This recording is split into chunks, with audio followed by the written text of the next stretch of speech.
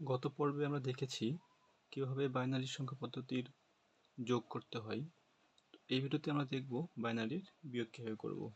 Binary বিয়োগ শেখা থেকে আমাদের ডেসিমেল বিয়োগটা শিখতে হবে। ছোটোর থেকে আমরা যেই বিয়োগটা করে এসেছি সেটা ছিল ডেসিমেল সংখ্যা পদ্ধতি। ডেসিমেলের ক্ষেত্রে আমরা ইতিমধ্যে শিখে গেছি বাইনারি সংখ্যা পদ্ধতির ভিত্তি 2, যার মানগুলো হবে 0, 1। ডেসিমেলের ভিত্তি হচ্ছে 10, যার মানগুলো হবে 0 থেকে 9 পর্যন্ত। ডেসিমেলের ক্ষেত্রে কোনো অঙ্কই 10 হবে না, বাইনারির ক্ষেত্রে কোনো অঙ্কই 2 হবে না, 2 এর থেকে ছোটো হবে। ডেসিমেলের ক্ষেত্রে 10-এর থেকে ছোটো হবে। 9 আর 0, তো 0 থেকে আমাকে 9 বিয়োগ করতে হবে। তো 0 থেকে আমরা 9 বিয়োগ করতে পারি না, এটা ডেসিমেল সংখ্যা, সে কারণে ডেসিমেলের ভিত্তি হচ্ছে 10। যেহেতু 0 থেকে 9 আমরা বিয়োগ করতে পারি না, সেহেতু আমরা কি করি, একবার ডেসিমেলের ভিত্তিটাকে ধার নিই।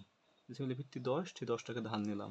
এবার 10 থেকে এই 9টা বিয়োগ করি। বিয়োগ করলে কত হয়? 1। সেই 1টাই আমরা এখানে লিখতাম।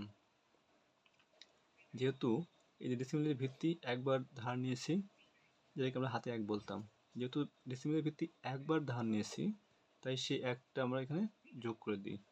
তো 2 আর একবার ধার নিয়েছি, যেহেতু ভিত্তি 1, 2 আর 1 3। এবার 4 থেকে 3 বিয়োগ করতাম, দিয়ে কত লিখতাম? 1 লিখতাম।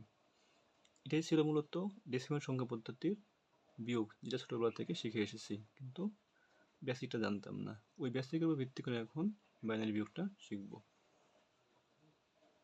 বাইনারি ক্ষেত্রে 0 আর 1 থাকে, তো 1-এর থেকে 0 বিয়োগ করতে পারতাম, অথবা 0 থেকে 1 বিয়োগ করতে বলতে পারতো, 0 থেকে 0 বিয়োগ করতে বলতে পারতো, অথবা 1-এর থেকে 1 বিয়োগ করতে বলতে পারতো। এই 4টার বাইরে আর কিছু লেখা যায় না।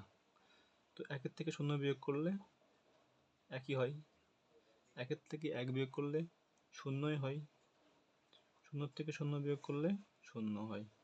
কিন্তু 0 থেকে আমি 1 বিয়োগ করতে পারি না। ডেসিমেলের ক্ষেত্রে আমরা কী করতাম? যেহেতু 0 থেকে আমরা এই 9টা বিয়োগ করতে পারি না, সেহেতু ডেসিমেলের ভিত্তি 10, 10-এর থেকে আমরা বাদ দিতাম।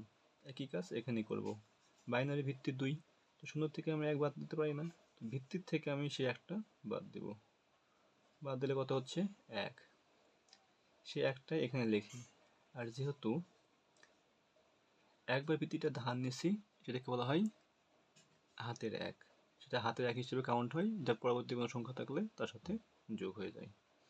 তো 0 থেকে 1 বিয়োগ করলে বিয়োগফল বাইনারির ক্ষেত্রে 1 হয়, আর হাতে হচ্ছে 1, যেখানে বললে ক্যারি 1, CARRY, ক্যারি 1। এখানে 2টি বাইনারি সংখ্যা নিলাম এবং সেটা বিয়োগ করব।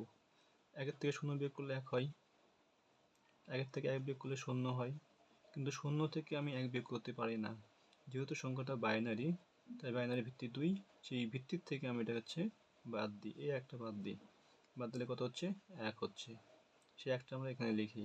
যেহেতু ভিত্তি একবার ধার নিয়েছি, সেহেতু যেটাকে আমরা হাতের 1 বলি, যেহেতু ভিত্তিটা আমি একবার ধার নিয়েছি, সে একবার এখানে আমি যোগ করে দেব।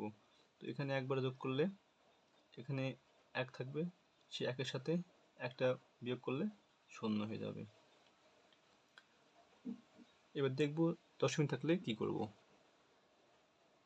এখানে 2টি বাইনারি সংখ্যা নিলাম, যেগুলো কিনা পূর্ণ সংখ্যাও আছে, দশমিক সংখ্যাও আছে। তো দশমিক দিকে আমরা দেখব না, আমরা নর্মালি বিয়োগটা করব। 1-এর থেকে 0 বিয়োগ করলে 1 লেখা যায়, 0 থেকে 1 বিয়োগ করা যায় না, এটা বাইনারি সংখ্যা পদ্ধতি। তো তার ভিত্তি 2, 2-এর থেকে 1টা বিয়োগ করব, 1টা বিয়োগ করলে কত হচ্ছে? 1 হচ্ছে। সেই 1টা আমরা এখানে লিখব। যেহেতু ভিত্তি একবার আমি ধার নিয়েছি, সেই ধারটা আমাকে শোধ করতে হবে। তো এখানে আমি একবার যেহেতু ধার নিয়েছি, তাই একটা এখান থেকে ধারটা শোধ করার জন্য 1টা যোগ করতে হবে। 1 আর ওই 1 2, যেটাকে আমরা হাতের 1 বলতাম, 1 আর 1 2, 2 আর এখানে 1টা আছে, সেখানে 2 আছে, এখানে 1 নয়, এখানে 2। তো 1-এর থেকে তো 2 আমি বিয়োগ করতে পারবো না।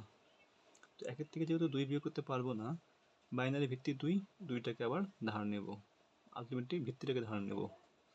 তো ভিত্তিটাকে যখন ধার নিলাম, ভিত্তি 2, আর এখানে 1 ছিল, সমান কত হয় 3। এবার 3-এর থেকে এখানে কত ছিল 2 ছিল, 3-এর থেকে 2 বিয়োগ করব, বিয়োগ করলে কত হয় 1।